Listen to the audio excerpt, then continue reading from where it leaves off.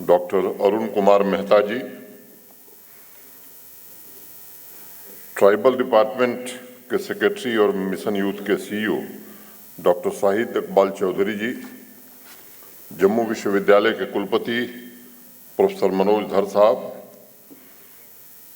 जम्मू कश्मीर प्रशासन के सभी अधिकारीगण, जनजातीय गौरव दिवस के समापन के महाजलसे में उपस्थित आदिवासी समुदाय के सम्मानित अतिथिगण, मीडिया के मित्रों, देवियों तथा सज्जनों, जय जोहार जय आदिवासी। मुझे लगता है कि आप सबने पहले सुना होगा। झारखंड के आदिवासी इलाके में नारा बड़ा प्रचलित है। जनजातीय गौरव दिवस के समापन समारोह में मैं आप सबका सबसे पहले इस्तकबाल करता हूं। 15 नवंबर को जम्मू कला केंद्र के कार्यक्रम में महानायक बिरसा मुंडा को श्रद्धांजलि देने हम सब उपस्थित थे। उस दिन आदिवासी समुदाय के महान एवं गौरवशाली इतिहास पर लंबी चर्चा हुई थी। चाहे सभ्यता हो, संस्कृति हो, साहित्य हो, संगीत हो, हर एक मूल्य, हर एक श्रेष्ठतम आदि तत्व के ऊपर डॉक्टर राही ने अपने विचार रखे थे। और आज कला और संगीत का प्रदर्शन हम सब ने अपनी आंखों से देखा है, महसूस भी किया है। मोटे तौर पर हर एक व्यक्ति जानता है कि मानव सभ्यता की यात्रा में विदेशी शासन, शैक्षिक उदासीनता, आर्थिक कमजोरी तथा सियासी कारणों से भी आदिवासी समुदाय का बहुत नुकसान हुआ है। पश्चिम बंगाल की महान उपन्यास लेखिका महाश्वेता देवी का नाम आप में से अनेक लोगों ने सुना होगा। आदिवासी समुदाय के बारे में उन्होंने जो लिखा, उसकी 2 पंक्तियां मैं उद्धृत करना चाहूँगा। तथाकथित सभ्य समाज में सबसे निचले स्तर पर जो मनुष्य है, उनसे भी गई गुजरी दशा आदिवासियों की है। उन्हें सभ्य समाज ने इंसान की गरिमा और मर्यादा नहीं दी, उन्हें इंसान भी नहीं माना। मैं समझता हूँ ये एक ऐसा वक्तव्य है, ऐसा स्टेटमेंट है जो सालों से उपेक्षा और दमन का शिकार हुए हमारे आदिवासी समाज की तकलीफ को दर्शाता है। और मैं कहना चाहूँगा कि नज़दीकियों में दूर का मंजर तलाश कर, नज़दीकियों में दूर का मंजर तलाश कर, जो हाथ में नहीं है वो पत्थर तलाश कर। सूरज के इर्द गिर्द भटकने से क्या फ़ायदा, सूरज के इर्द गिर्द भटकने से क्या फ़ायदा, दरिया हुआ है गुम तो समंदर तलाश कर। उसी समंदर के लिए सालों पहले श्रद्धेय अटल बिहारी वाजपेयी जी ने आदिवासी समुदाय के लिए फॉरेस्ट राइट्स एक्ट की परिकल्पना की थी। मुझे याद है उस दौर में मध्य प्रदेश में आदिवासी बहुल इलाके में लोगों ने अपनी झोपड़ी के बाहर तख्तियां लिख करके टांग रखी थीं और उसमें लिखा था, जमीन हमारी माँ है, इसे नुकसान मत पहुंचाओ। आज जब ग्लोबल वार्मिंग और क्लाइमेट चेंज पर चर्चा देश और विदेशों में हो रही है, तो जल, जंगल, जमीन पर निर्भर एवं हजारों साल से संपूर्ण सृष्टि के लिए और उसके लोक कल्याण के मूल्यों के साथ जीवन जी रहे आदिवासियों को ही संपूर्ण विश्व और यह देश याद कर रहा है। लोग बात बात में उदाहरण देते हैं कि साहब देखिए, आदिवासी समुदाय किस तरह प्रकृति के साथ सामंजस्यपूर्ण जीवन जीता है। जंगलों से उतना ही लेता है जितना जीवन चलाने के लिए आवश्यक होता है। पेड़ों को देवता की तरह पूजता है और साथ ही ये लोग ये बताना या रिकमेंड करना नहीं भूलते कि सृष्टि को विनाश से बचाने के लिए समाज को अगर किसी से कुछ सीखना है तो वो आदिवासी समुदाय से सीखा जा सकता है। प्रकृति के अभिन्न अंग सभी आदिवासी भाइयों बहनों को आज इस अवसर पर मैं कोटि कोटि नमन करता हूं और भारत के सम्माननीय प्रधानमंत्री आदरणीय नरेंद्र मोदी जी के प्रति हृदय से आभार व्यक्त करता हूं, जिन्होंने हर साल 15 नवंबर को महान स्वतंत्रता सेनानी बिरसा मुंडा की जन्म जयंती को जनजातीय गौरव दिवस के रूप में घोषित किया और इतिहास में पहली बार बहादुर आदिवासी महानायकों की स्मृति को संपूर्ण देश और संपूर्ण विश्व में जागृत करने का काम किया। मित्रों, 18 जुलाई 2002 के दिन को मैं कई मायनों में खास मानता हूं। उस वक्त मैं संसद में था जब श्रद्धेय वाजपेयी जी ने दिलीप सिंह भूरिया जी की अध्यक्षता में आदिवासी भाई बहनों के रहन सहन की जमीनी हकीकत जानने के लिए जनजातीय कमीशन पहली बार बनाया था। भूरिया साहब और उनके कमीशन के अन्य सदस्य जम्मू कश्मीर भी उन दिनों आए थे और हमारे गुज्जर, बकरवाल, गद्दी, सिप्पी परिवारों का सर्वेक्षण भी किया था। उनकी 1400 पन्ने की मोटी रिपोर्ट है जिसमें लिखा है कि जम्मू कश्मीर में आदिवासी भाइयों के लिए केंद्र सरकार से पैसा तो बहुत आता है, लेकिन वो खर्च ट्राइबल एरियाज में नहीं होता है। उनकी आर्थिक स्थिति सुधारने के लिए भूरिया कमीशन ने कई सुझाव दिए थे। एग्रीकल्चर, सी फार्मिंग, अनेक चीज़ों को लागू करने की अनुशंसा उन्होंने की थी।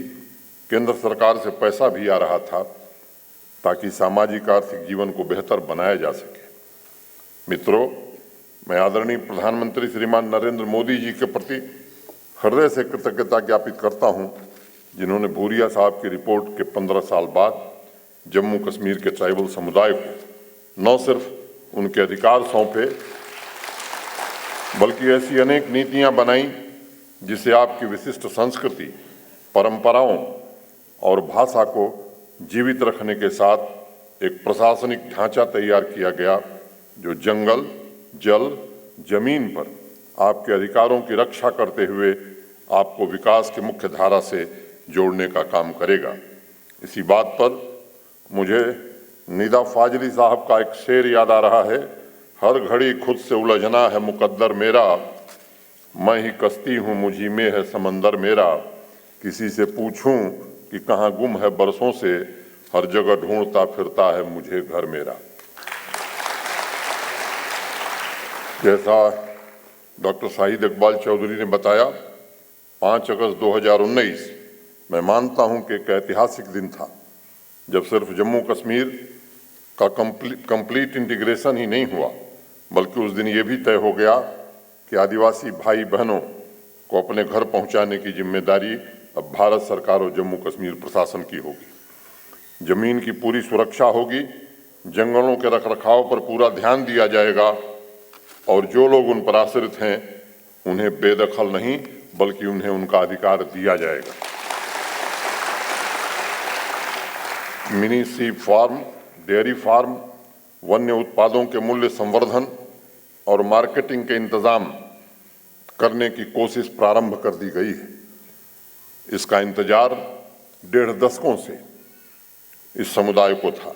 आज हम आदिवासी समुदाय के सामाजिक आर्थिक विकास के लिए कृत संकल्प हैं, प्रतिबद्ध हैं और जिस कार्यनीति को जमीन पर लागू करने का प्रयास किया जा रहा है वो आदिवासी समुदाय के जो ख्वाब हैं उन्हें अवश्य पूरा करेगा और जम्मू कश्मीर में सही अर्थों में समतामूलक समाज की स्थापना करने में भी सहायता करेगा। मित्रों, दशकों से आप लोग उपेक्षा और भेदभाव के शिकार हुए हैं, ये सच्चाई हम सब जानते हैं। मैं बड़ी जिम्मेदारी से बात कहना चाहता हूं कि तारीख में क्या हुआ आप सबको पता है, लेकिन ये हम सबका व्रत है। अभी कुछ बातें डॉक्टर फारूक खान साहब ने कही, हमारे मुख्य सचिव महोदय ने, कि चाहे वो शिक्षा हो, स्वास्थ्य हो, खेल हो या विकास के अवसर हो, रोजगार के अवसर हो, अब आदिवासी भाइयों को इंतजार नहीं करना पड़ेगा। जम्मू कश्मीर का पूरा प्रशासन आपके लिए हर प्रकार की सुविधा उपलब्ध कराएगा।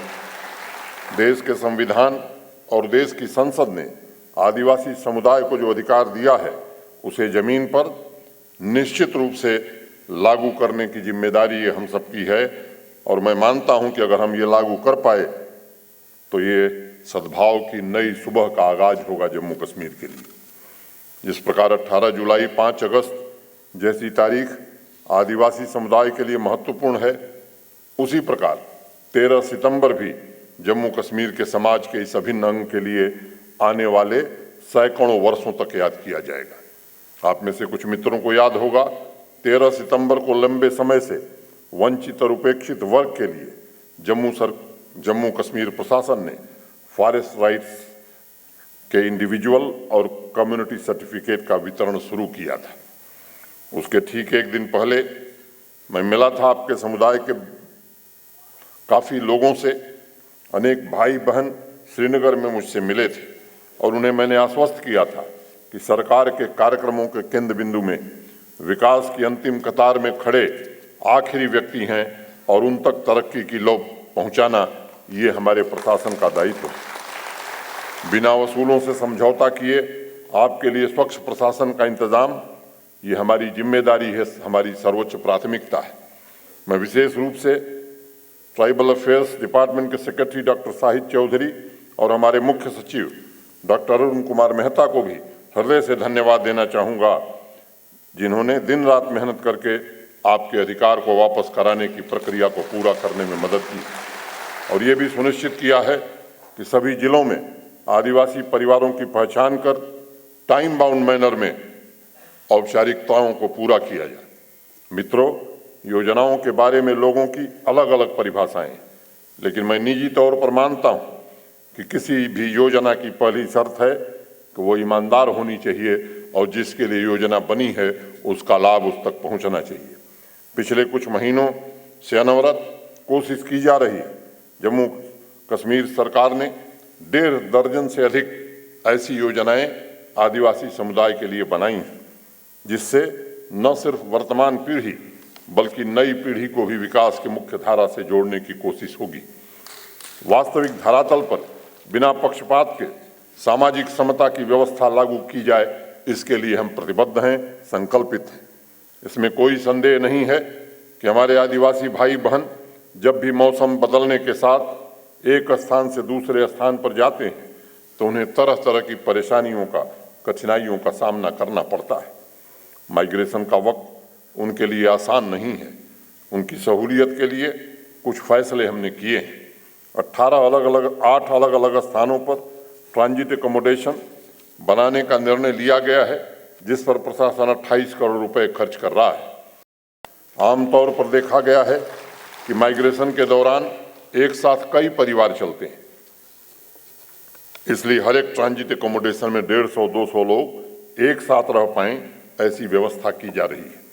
जल, जंगल और जमीन की तरह जानवर भी आदिवासी समुदाय के अस्तित्व का अभिन्न अंग है, इसलिए हर एक ट्रांजिट एकोमोडेशन के साथ एक स्पेशल यार्ड भी बनाया जा रहा है जो जानवरों की सुविधा के लिए उपलब्ध रहेगा। और अगर कभी इमरजेंसी में ज़्यादा परिवार हो जाते हैं तो ये भी सुनिश्चित किया गया है कि सभी जगहों पर अतिरिक्त अच्छे टेंट की व्यवस्था की जाए ताकि सभी सुविधाएं हमारे भाई बहनों को मिल सकें।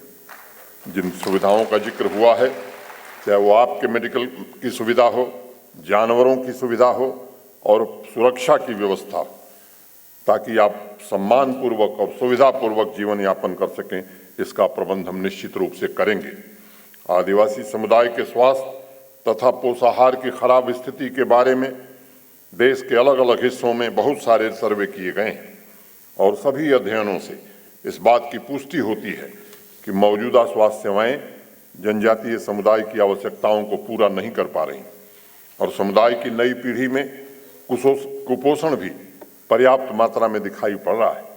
मित्रों, इसलिए आदिवासी बहुल क्षेत्रों में स्वास्थ्य सेवाएं प्रदान करने के लिए एक अलग कार्यनीति विकसित करने की कोशिश की जा रही है। प्रशासन ने ट्राइबल हेल्थ प्लान के लिए 8 करोड़ रुपए अभी दिए हैं तात्कालिक तौर पर। जो भी अस्थायी आबादी है वहाँ हम एक स्वास्थ्य सब सेंटर बनाएंगे और माइग्रेटरी आबादी के लिए हर मौसम में एक जगह से दूसरी जगह जो आता जाता है उन सभी के लिए मोबाइल मेडिकल केयर यूनिट भी स्थापित की जाएगी। स्वास्थ्य सब सेंटर तथा मेडिकल केयर यूनिट को पूरी तरह से मॉडर्न बनाने के लिए अच्छे डॉक्टर, नर्सिंग स्टाफ, मशीनरी की व्यवस्था तथा पर्याप्त मात्रा में दवाएं सुनिश्चित करने का प्रबंध किया जाएगा। National health mission, health department तथा ट्राइबल डिपार्टमेंट मिलकर के इस पर काम करेगा। अभी फारूक खान साहब ने कहा कि कुछ साथी हैं जिनको हेलीकॉप्टर से ले आने की जरूरत पड़ती है, राजभवन के पास 2 हेलीकॉप्टर, एक हेलीकॉप्टर मैं अभी उपलब्ध कराता हूं। ऐसे किसी भी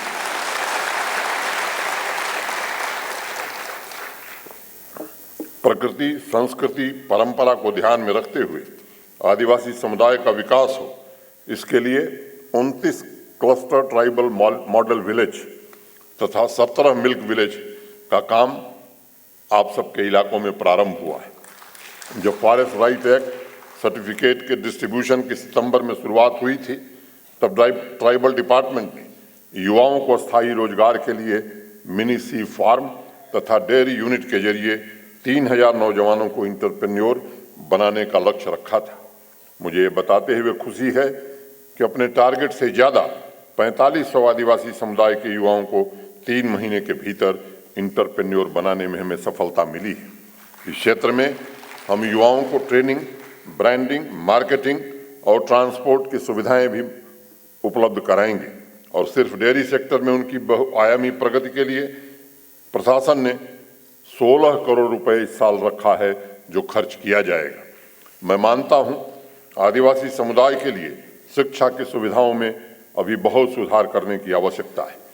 आदरणीय प्रधानमंत्री जी ने जो उपाय किए, वैसा योगदान इतिहास में कहीं दिखाई नहीं पड़ता है।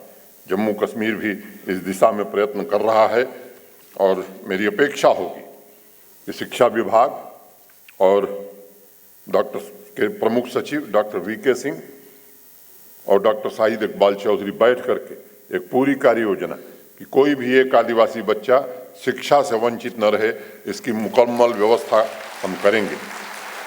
मैं आपको बताना चाहूँगा, पिछले वर्ष की तुलना में इस साल 42,000 बच्चों को अतिरिक्त छात्रवृत्ति स्कॉलरशिप मुहैया कराई गई। इस महीने 40 करोड़ रुपए की लागत से 200 आदिवासी गांवों में हम स्मार्ट स्कूल भी लॉन्च कर रहे हैं। नई पीढ़ी को साक्षरता की ताकत प्रदान करने के लिए 1521 सीजनल स्कूल, माइग्रेटरी रूट पर 2 रेजिडेंशियल स्कूल, 7वीं तथा 8वीं कक्षा के बच्चों के लिए टैबलेट्स की व्यवस्था की गई है और ज़रूरत होगी तो और भी की जाएगी।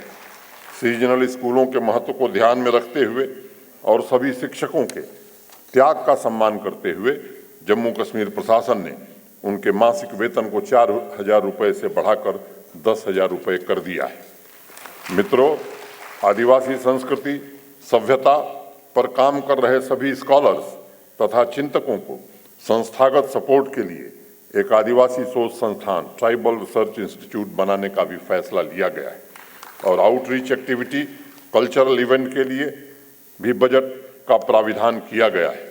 आदिवासी समुदाय की अमूल्य धरोहरें, कलाकृतियाँ, गोजरी पहाड़ी और उनकी भाषाओं तथा साहित्य और नई पीढ़ी में स्वाभिमान की भावना जागृत हो, इसके लिए भी हर प्रयास किया जाएगा। मित्रों, सामाजिक क्रांति तब तक संभव नहीं है जब तक हर एक व्यक्ति में परिवर्तन नहीं होता है। आदिवासी समाज दशकों से कुदरती समझबूझ के भरोसे चल रहा था, लेकिन वर्तमान समाज रचना में नीतियों को लागू करते हुए वस्तुस्थिति को समझना बड़ा आवश्यक है।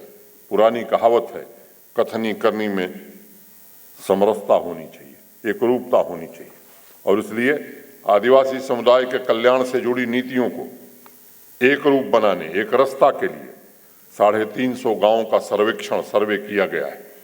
जहां भी 500 से ज़्यादा आबादी है, उसे इंटीग्रेटेड विलेज डेवलपमेंट प्लान में शामिल किया गया है। हम ऐसे गांवों में बुनियादी सुविधाओं को विकसित करने के लिए केंद्र सरकार के सहयोग से काम कर रहे हैं। मित्रों, आदिवासी समुदाय के बच्चों को स्किल डेवलपमेंट के कार्यक्रम से भी जोड़ा जाएगा और शुरुआत में 500 युवाओं को चयनित करके एडवांस ट्रेनिंग का काम प्रारंभ हुआ है। एक अन्य महत्वपूर्ण निर्णय ट्राइबल टूरिस्ट विलेज बनाने का है। पहले चरण में ऐसे 15 गांव चयनित किए गए हैं। 3 करोड़ रुपए की धनराशि से इस काम को शुरू किया जाएगा।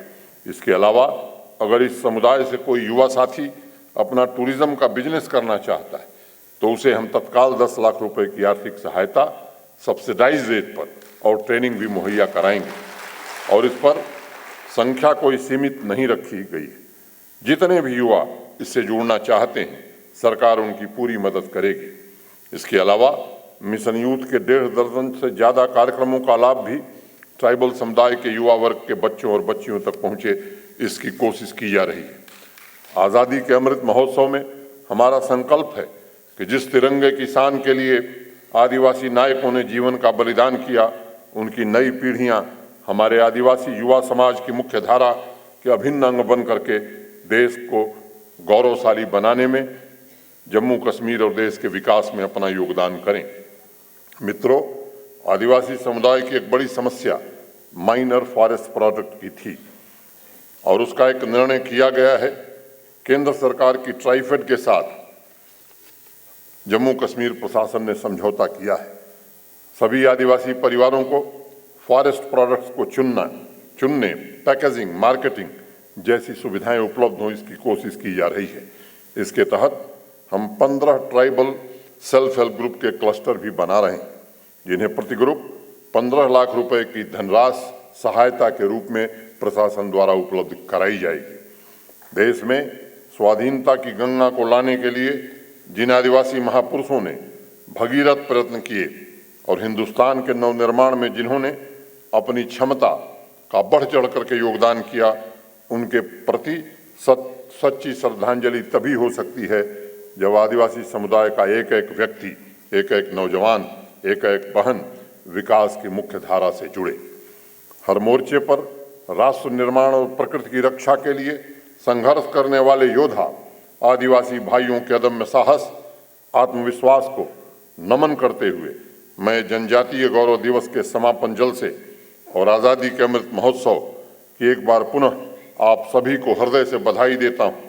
बदलते भारत और नए जम्मू कश्मीर में आपका योगदान भी किसी से कम न हो, इसकी हर कोशिश जम्मू कश्मीर प्रशासन करेगा। अंत में 2 पंक्तियां कहते हुए मैं अपनी बात पूरी करूंगा। किसानों और मजदूरों की अब ताबो तवा देखो, गुज़श्ता कल को छोड़ो, आज का हिंदुस्तान देखो। जमी से आसमां तक आज अपनी भी रसाई है, फजाओं में खलाओं में जहां चाहो वहां देखो, जहां चाहो वहां देखो। बहुत बहुत धन्यवाद। जय हिंद, जय भारत।